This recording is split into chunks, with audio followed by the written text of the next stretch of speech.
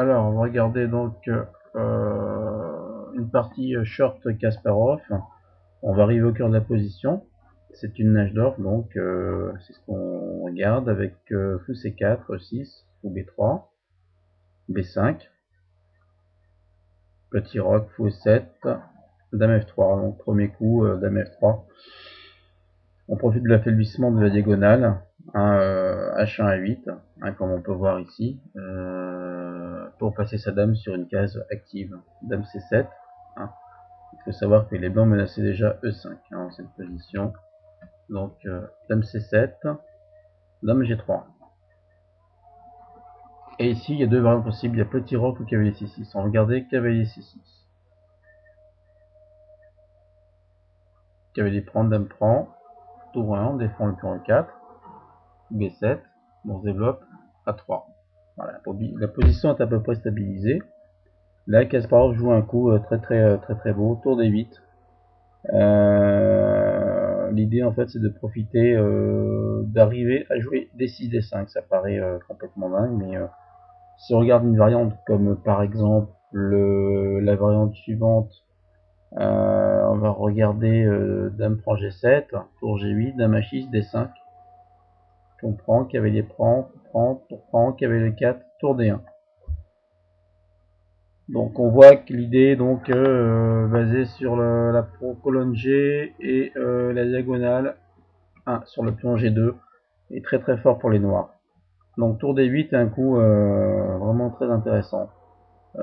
Short joue F3, ça folle pas. Il solidifie sa position et il tente de fermer cette diagonale au fou case noire. Alors qu'est-ce qui reste au noir? Petit roc, fou H6, coup naturel, cavalier 8. Et là on donne l'égalité. Mais les blancs sont quand même bien, sont plus actifs, les pièces sont plus actifs. Le pion D6 ici peut être faible, plus les pions B5 et A6. Roi H1, roi H8, fou G5, prise.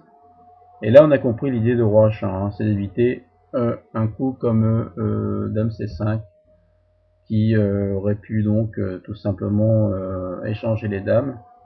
On se serait retrouvé avec une position, donc on va reprendre la position, par exemple, on va regarder, hop, donc coup G5, dame prend, dame C5, si le roi est en G1, on va imaginer que la position elle est comme ça, avec un roi ici. Voilà, les noirs ont plus de problème, le pion D6 et il n'y a plus de pion D6 faible et on menace ici C5, C4. Bon, on va reprendre la position. Cavalier 8, tour roi H1, G5, prise, cavalier F6, on active les pièces.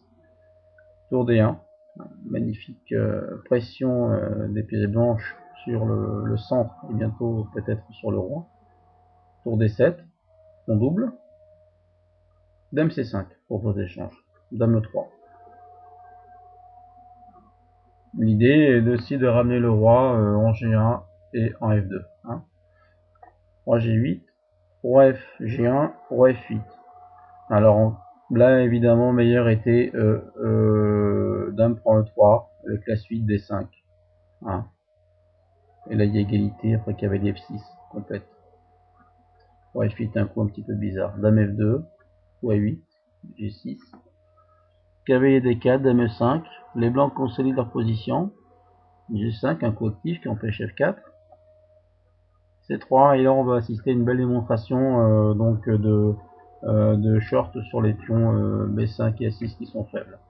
Avec une manœuvre assez très jolie qui démarre avec le fou, on va voir, fou C2, tour G8, B3, roi F8, tour D4.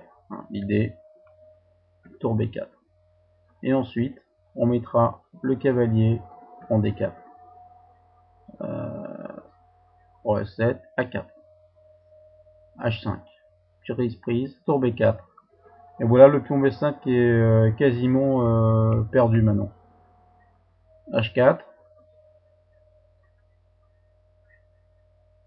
Voilà. Et la position noire s'écroule. complètement, elle ressemble à un gruyère maintenant, c'est complètement foutu. Kasparov tente un dernier coup pour s'en sortir, il demande un échange d'âme, mais là un magnifique coup cavalier F5 clôt définitivement la partie, puisqu'après cavalier F5, prise, roi ici, roi F8, dame F6, et c'en est fini de la résistance de noir. Voilà, merci.